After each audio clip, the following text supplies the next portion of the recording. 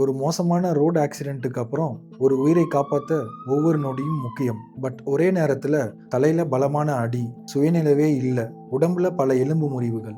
45 வயசான ஒரு நபர் ஒரு மோசமான ரோடு ஆக்சிடென்ட்ல பாதிக்கப்பட்டு எங்ககிட்ட வரும்போது இதுதான் எங்கள் நிலைமை. இந்த மாதிரி ஒரு கிரிட்டிக்கல் சுச்சுவேஷனில் நாங்கள் முதல்ல செக் பண்ணுறது ஏபிசி தான்.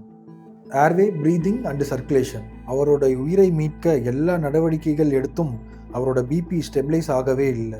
உடம்புல ஏதோ இரத்த கசிவு இருக்குமோன்னு சந்தேகப்பட்டோம். இது ரொம்பவே ஒரு அபாய நிலைன்னு தான் சொல்லணும். ஒரு பெட்சைடு இஃபாஸ்ட் அல்ட்ராசவுண்ட் ஸ்கேனும் செஞ்சோம். அப்போதான் தெரிஞ்சது, விபத்தில் அவரோட வலது பக்க நுரையீரல்ல இருந்து காற்று கசிந்து அதை விட்டு வெளியேற முடியாமல் அது நுரையீரலை அழுத்திட்டு இருக்குன்னு. இதனால ஹார்ட் நின்று போகிறதுக்கு வாய்ப்புகளும் இருக்கு. இமிடியேட்டாக ஒரு ஐசியூ டியூப் இன்சர்ட் பண்ணி அந்த ஏர் மற்றும் ரத்தத்தையும் வெளியெடுத்தோம். அதுக்கப்புறம் கொஞ்சம் கொஞ்சமாக அவரோட பிபி இயல்பு நிலைக்கு திரும்ப ஆரம்பிச்சது. ஒரு ஹைலி கிரிட்டிக்கல் கண்டிஷனில் சுயநிலைவே இல்லாமல் எங்ககிட்ட ஆம்புலன்ஸில் கொண்டு வந்த அந்த நபர் இப்போ முழுசாக குணமடைஞ்ச சந்தோஷத்தோட வீட்டுக்கு போனார்.